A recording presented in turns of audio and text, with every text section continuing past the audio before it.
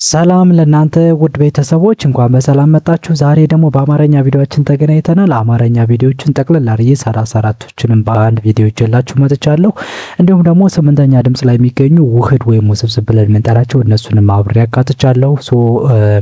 አማርኛ ጀማሪ የሆናችሁ ልጆች ወይም ተማሪዎች ይህን ቪዲዮ ብቻ እስከ መጨረሻ ድረስ በማየት የአማርኛ ድምጾችን ለይታችሁ ማውጣት ትችላላችሁ። ቪዲዮአችን ላይክ በማድረግና ቻናላችን ሰብስክራይብ በማድረግ ቤተሰብ እንሁን።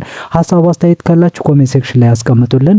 አሁን ወደ ትምህርታችን እንገባለን። ስለዚህ ወደዚህ 1 2 3 4 ብዬ እስከ 8 ድረስ ጽፌያለሁ።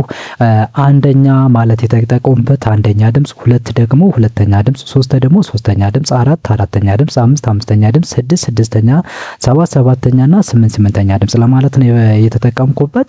ስለዚህ አንደኛ መጀመሪያ የምናገኛት ማን ነው? ሃን ነው የምናገኛት። ይችን ማነች? ሀሌታ ሀ ብለን እንጠራታለን። እንግዲህ ሶስት አይነት ሀዎች አሉ፣ ሞክሽ ሀዎች ማለት ነው። የመጀመሪያዋ ሀሌታ ሀ፣ ሁለተኛው ሀመር ሀ፣ ሶስተኛዋ ደግሞ ብዙሃን ሀ ብለን እንጠራቸዋለን።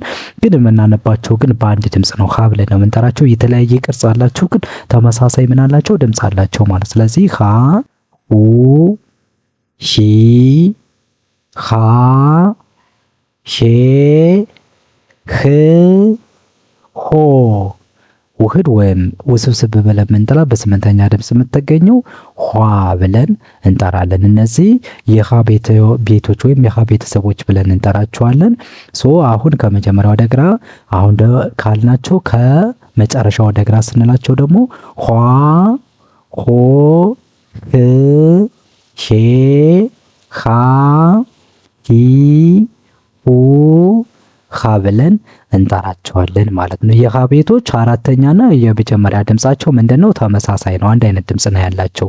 ወደ ቀጣይ ስንት ደግሞ ለን ነው የምናገኛት። ለ ሉ ሊ ላ ሌ ል ሎ ከዛ ስምንተኛ ድምጿ ወይም ውስብስቧ ሏ ብለን እናነባለን። እነዚህ የለቤተሰቦች ብለን እንጠራቸዋለን ከመጀመሪያው ወደ መጨረሻው ማለት ነው።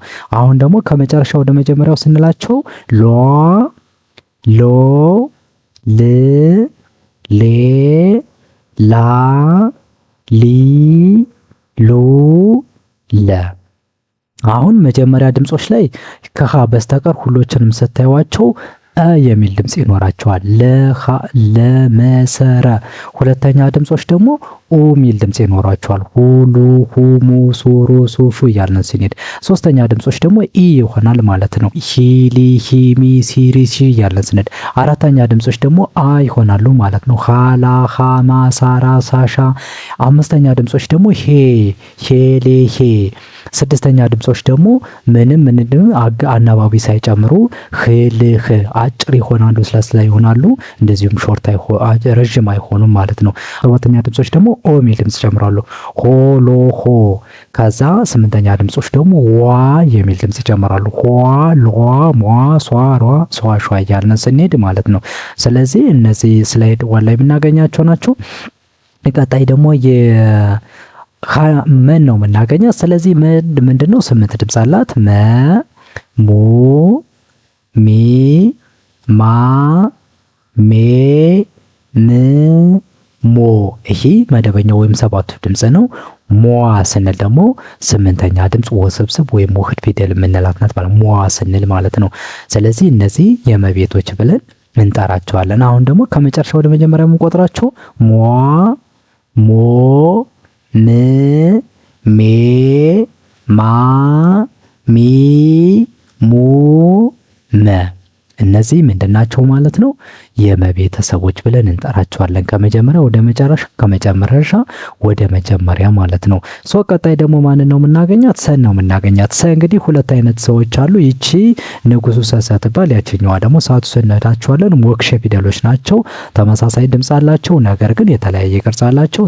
ሰ ሱ ሲ ሳ ሴ ስ ሶ።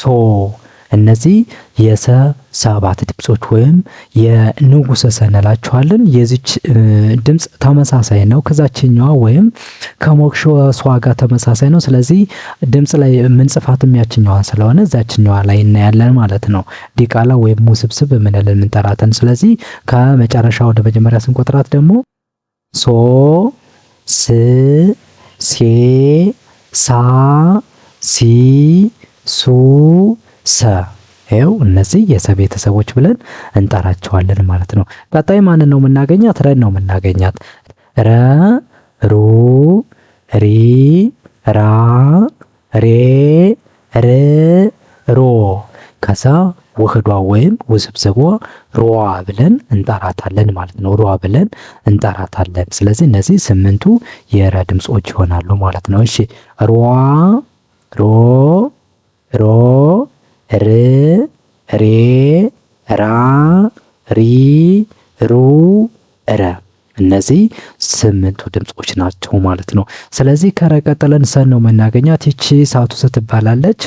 ቅድም ካየናት ጋር ተመሳሳይ ድምጽ አላቸው ግን የተለያየ ቅርጽ ናቸው። ይኸው ይሄን እዚህ ላይ የምታዩትና ይችና ይች ማለት ነው። ስለዚህ ተመሳሳይ ድምጽ አላቸው ግን የተለያየ ቅርጽ አላቸው ማለት ነው። ስለዚህ ሰ ሱ ሲ ሳ ሴ ስ ሶ ከዛ 8ኛ ድምጿ ሷ። አሁን ይችን ሷ ለንጉሱ ሰም ለሳቱ ሰም ጽሁፍ ላይ ይችን ነው የምንጠቀማት። የንጉሱ ሰን 8ኛ ድምጽ ወይም ውህዷን እንጠቀማትም፣ ይችን ግን 8ኛ ድምጿን እንጠቀማታለን ማለት ነው።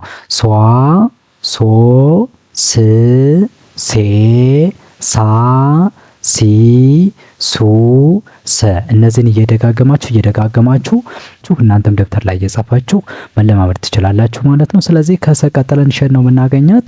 ሸ ሹ ሺ ሻ ሼ ሺ ሾ ይሄ 7ቱ መደበኛ ድምጽ ሲሆን ከዛ ደግሞ 8ኛ ላይ ሸዋ ምትል እናገኛለን። ውህድ ወይም ውስብስብ የምንላት ማለት ነው። ሸዋ እሺ ሸዋ ሾ ሺ ሼ ሻ ሺ ሹ ሸ ከመጨረሻ ወደ መጀመሪያ ገልብጠን ስንለው ማለት ነው። ቀጣይ የምናገኛት ማንን ነው? ቀን ነው የምናገኛት።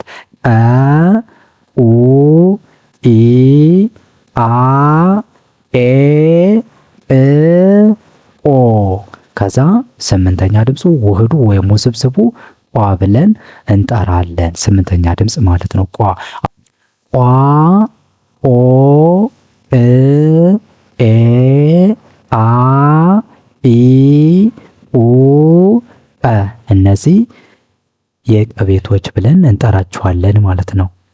እሺ ቀጣይ ደግሞ የምናገኛት ማንን ነው ካላችሁ፣ ቀጣይ በን ነው የምናገኛት። ስለዚህ በ ቡ ቢ ባ ቤ ብ ቦ ቦ 7ኛ ድምጽ፣ ቧ ደግሞ ውስብስቧ ወይም ደግሞ ውህድ ብለን የምንጠራት ማለት ነው። ከዛ ከመጨረሻ ወደ መጀመሪያ ብድናት ቧ ቦ ብ ቤ ባ ቢ ቡ በ ይሄ ከመጨረሻ ወደ መጀመሪያ ብንለው ማለት ነው። ከበቀጥለን ተን እናገኛለን ማለት ነው። ተ ቱ ቲ ታ ቴ ት ቶ 7ቱ ድምጽ ማለት ነው። ቷ ስንል ደግሞ 8ኛ ድምፁ ውህዱ ወይም ውስብስቡ ማለት ነው። አሁን ደግሞ ከመጨረሻ ወደ መጀመሪያ ስንለው ቷ ቶ ት ቴ ታ ቲ ቱ ተ እነዚህ ከመጨረሻ ወደ መጀመሪያ ገልብጠን ስንላቸው ማለት ነው። ከተቀጥለን ማን እናገኛለን? ቸን እናገኛለን። ቼ ቹ ቺ ቻ ቼ ቺ ቾ ቿ ቿ እነዚህ ከመጀመሪያ ወደ መጨረሻ የቸ ቤቶች ይሄ 8ኛው ወይም ውህድ ምንለው ማለት ነው።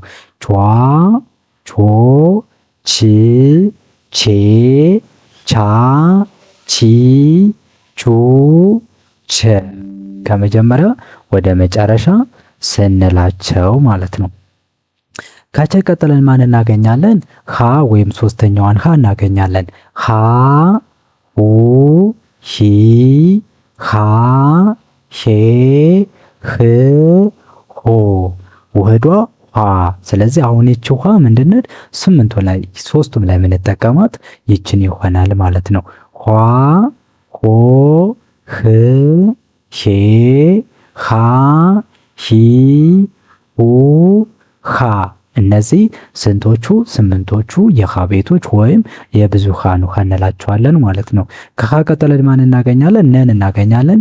ነ ኑ ኒ ና ኔ ን ኖ እዛ ውህዱ ደግሞ ወይም ስምንተኛ ድምፁ ኗ ብለን እናነባለን። ኗ። እሺ ኗ ኖ ን ኔ ና ኒ ኑ ነ። ይሄ ደግሞ ከመጨረሻ ወደ መጀመሪያ የነን ቤቶች ስንላቸው ማለት ነው። ከነ ቀጥለን ኘን እናገኛለን። ኘ ኙ ኚ ኛ ኜ ኚ ኞ እዚያ ስምንተኛው ወይም ውህዷ ኟ ብለን እናነባለን። እነዚህ የኘ ቤቶች እንላቸዋለን ማለት ነው። ከታይ ከኘ ቀጥለን አን እናገኛለን። ይችን አልፋው አ እንላታለን። ሌላ ደግሞ ማን ምትባላለች? አይኑ አ ምትባላለች ማለት ነው። የአ ሞክሼ ማለት ነው። ስለዚህ ይችን አ ኡ ኢ አ ኤ እ ኦ ከዛ ስምንተኛ ድምጿ ደግሞ አ ነው ምንላት። ይችንን አ ብለን እንጠራታለን ማለት ነው። የዚህቺ ስምንተኛ ድምፅ ውህዷ ወይም ውስብስቧ ትለያለች። አ ነው። እንደ ሌሎቹ ዋ የሚል ድምፅ የላትም። አ ነው ምንላት ይችን።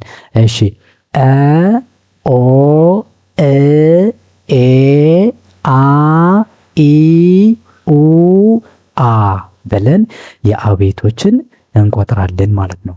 ከአ ቀጥለን የምናገኛት ከን ነው። ከ ኩ ኪ ካ ኬ ህ ኮ ኳ ይሄ ደግሞ ውህዷ ወይም ስምንተኛ ድምጿ ማለት ነው። የከቤቶች ከመጨረሻ ወደ መጀመሪያ ስንቆጥራቸው ደግሞ ኳ ኮ ክ ኬ ካ ኪ ሁ ፐ እንላለን። እነዚህ ምንድናቸው ማለት ነው? የከ ቤተሰቦች ማለት ነው። ከከ ቀጥለን ደግሞ ኸን ነው የምናገኛት። ኸ ሁ ሂ ሃ ሄ ህ ሆ ኋ እንላለን ማለት ነው። ስለዚህ እነዚህ ደግሞ የኸ ቤተሰቦች ብለን እንጠራቸዋለን። ኋ ሆ ህ ሄ ሃ ሂ ሁ ኸ እነዚህ ከመጨረሻ ወደ መጀመሪያ የኸ ቤቶች ሲጠሩ ማለት ነው። ከኸ ቀጥለን ወን እናገኛታለን። ወ ሰባት ድምፅ ነው ያላት። ስምንተኛ ወይም ውህድ ፊደል የላትም ማለት ነው። ወ ው ዊ ዋ ዌ ው ዎ እነዚህ የወ ድምፆች እንላቸዋለን። ሰባት ድምፅ ነው ያላቸው። ወ ው ዌ ዋ ዊ ው ወ ከመጨረሻ ወደ መጀመሪያ ስንላቸው ማለት ነው። ቀጣይ ከወ ቀጥለን ደግሞ አይኑ አ ምንላትን ወይም የአልፋው አ ሁለተኛዋን ድምፅ ነው የምናገኛት። ሶ አ ኡ ኢ አ ኤ እ ኦ እዚች ምንድን ነው የምናይ? ሰባት ድምፅ ብቻ ነው የምናይ። ምክንያቱም ስምንተኛ ድምጿ የምትለዋ ተመሳሳይ ነች ከአልፋው አ ጋር ማለት ነው። እሺ አሁን ደግሞ ከመጨረሻ ወደ መጀመሪያ ስንላቸው ኦ እ ኤ አ ኢ ኡ አ ብለን እንቆጥራለን ማለት ነው። ከአ ቀጥለን ማን እናገኛለን? ዘን እናገኛለን። ዘ ዙ ዚ ዛ ዜ ዝ ዞ ከዛ ውህዷ ደግሞ ዞዋ ብለን እንጠራታለን ማለት ነው። ዟ ዞ ዝ ዜ ዛ ዚ ዙ ዘ እነዚህ የዘ ቤቶች ብለን እንጠራችኋለን ማለት ነው። ከዛ ቀጥለን ዠን እናገኛለን። ስለዚህ ዠ ዡ ዢ ዣ ዤ ዢ ዦ ከዛ የውህዷ ደግሞ ዥ ብለን ስምንተኛዋ ድምፅ እናገኛለን ማለት ነው። ጇ ዦ ዥ ዤ ዣ ዢ ዡ ዠ እነዚህ ከመጨረሻ ወደ መጀመሪያ የዠ ቤቶች ሲባሉ ቀጣይ ከዠ ቀጥለን የ ነው የምናገኛት። የስንት ድምፅ አላት? 7 ድምፅ አላት። ውስብስብ ወይም ስምንተኛ ድምፅ የላትም ማለት ነው። የ ዩ ይ ያ ዬ ይ ዮ ሰባቶችን ድምፅ እንዲያርገን እንላለን ማለት ነው። ዮ ይ የ ያ ይ ዩ የ እነዚህ የሰባቱ ድምጾች ከመጨረሻ ወደ መጀመሪያ ሲነበቡ ማለት ነው። ቀጣይ ከየቀጥለን ደን ነው የምናገኛት። ደ ዱ ዲ ዳ ዴ ድ ዶ ከዛ ዷ ስምንተኛ ድምፅ ወይም ውስብስብ ውህድ ብለን የምንጠራው ዷ የሚል ድምፅ ይሰጠናል ማለት ነው። ዷ ዶ ድ ዴ ዳ ዲ ዱ ደ ይሄ ከመጨረሻ ወደ መጀመሪያ ሲባል ማለት ነው። ከደ ቀጥለን ጄን ነው የምናገኛት። ጄ ጁ ጂ ጃ ጄ ጂ ጆ ከዛ ውህዶ ስምንተኛ ድምጿ ጇ ብለን እናነባታለን ማለት ነው። ጇ ጆ ጂ ጄ ጃ ጂ ጁ ጄ ከመጨረሻ ወደ መጀመሪያ ስንላቸው ማለት ነው። ከጀ ቀጥለን ገን ነው የምናገኛት። ገ ጉ ጊ ጋ ጌ ግ ጎ ከዛ ስምንተኛ ወይም ውህዱ ጓ ብለን እናነባለን ማለት ነው። እሺ ጓ ጎ ግ ጌ ጋ ጊ ጉ ገ ይኸው እንደዛ አድርገን እናነባለን ማለት ነው። ከገ ቀጥለን ጠን ነው የምናገኛት። ጠ ኡ ኢ አ ኤ እ ኦ ከዛ ስምንተኛ ድምጿ ጧ ብለን እናነባለን ማለት ነው። ከመጨረሻ ወደ መጀመሪያ ደግሞ ጧ ኡ እ ጤ ጣ ኢ ኡ ብለን ከመጨረሻ ወደ መጀመሪያ እንቆጥራለን ማለት ነው። እነዚህ የጠ ቤተሰቦች ብለን እንጠራቸዋለን። ቀጥለን ጨን ነው የምናገኛት። ጨ ጩ ጪ ጫ ጬ ጭ ጾ ጧ ደግሞ ውህዷ ወይም ስምንተኛ ድምጿ ማለት ነው። ጧ ጦ ጥ ጤ ጣ ጭ ጩ ጠ እነዚህ ምንድናቸው ማለት ነው? የጨ ቤተሰቦች ብለን እንጠራቸዋለን ማለት ነው። ከጨ ቀጥለን ጰን ነው የምናገኛት። ጰ ኡ ኢ አ ኤ እ ኦ ቋ ብለን እንጠራለን ማለት ነው። እነዚህ ምንድናቸው? የጰ ቤተሰቦች ቋ ኦ እ ኤ አ ኢ ኡ ብለን እንቆጥራለን። ከጰ ቀጥለን ጸን ነው የምናገኛት። ጸ ደግሞ ሁለት አይነት ጸ አሉ። ፀሐዩ ጸና ጸሎቱ ጸ እንላለን። ሽችን ጸሎቱ ጸ እንላለን። ስለዚህ ተመሳሳይ ድምፅ አላቸው፣ የተለያየ ቅርጽ አላቸው ማለት ነው። ስለዚህ ጸ ጹ ጺ ጻ ጼ ጽ ጾ እንልና ይሄ ሰባት ድምፅ ሲሆን ስምንተኛው ደግሞ ጿ ብለን እናነባለን ማለት ነው። ጿ ጾ ጽ ጼ ጻ ጺ ጹ ጸ ብለን እናነባለን ማለት ነው። ቀጣይ ደግሞ ጸ አሁንም ይችኛዋ ጽን ስናያት ማለት ነው። ጸ ጹ ጺ ጻ ጼ ጽ ጾ ብለን እናነባለን ማለት ነው። እነዚህ የጸ ቤተሰቦች እንላቸዋለን ማለት ነው። ከመጨረሻ ወደ መጀመሪያ ስንላቸው ደግሞ ጾ ጽ ጼ ጻ ጺ ጹ ጸ ብለን እናነባለን ማለት ነው።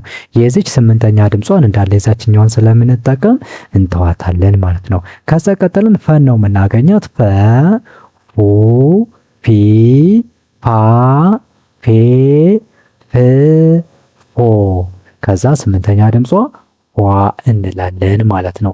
ፏ ፎ ፍ ፌ ፋ ፊ ፉ ፈ ብለን እናነባለን ማለት ነው። ቀጣይ ከፈ ቀጥለን ፈን ነው የምናገኛት። ፐ ፉ ፒ ፓ ፔ ፕ ሆ ስምንተኛ ድምጿ ደግሞ ሆ ብለን እናነባለን ማለት ነው። ከመጨረሻ ወደ መጀመሪያ ስንላቸው ደግሞ ሆ ሆ ህ ፔ ፓ ፒ ፑ ፐ ብለን ከመጨረሻ ወደ መጀመሪያ እንላለን። የመጨረሻዋን ጋር ስንሄድ የመጨረሻ ቨ ነው የምናገኛት። ቨ ቡ ቪ ቫ ቬ ቭ ቦ ቫ ብለን እናነባለን ማለት ነው። ከመጨረሻ ወደ መጀመሪያ ስንላቸው ደግሞ ቫ ቦ ቭ ቬ ቫ ቪ ቡ ቨ ብለን እናነባለን። ስለዚህ 34ቶቹ ይህን ይመስላሉ። 34ቶቹ የተወሰኑት ምን አላቸው ማለት ነው? ስምንተኛ ድምጽ ያላቸውም ከግማሽ በላይ የሚሆኑት ደግሞ ስምንተኛ ድምጽ አላቸው። ይህን ድምጽ ወይም ውስብስብ ብለን እንጠራዋለን። ስለዚህ በዚህ መንገድ እየደጋገማችሁ ማንበብ ትችላላችሁ። ወዳችሁና ፈቅዳችሁ እስከዚህ ሰዓት ስለተከታተላችሁኝ እጅግ አመሰግናለሁ። በቀጣይ በሌላው ልዩ ቪዲዮ እንገናኛለን። እስከምንገናኝ ድረስ ሰላም ሁሉ ከእናንተ ጋር ይሁን። መልካም ጊዜ፣ መልካም ቆይታ። ባይ ባይ።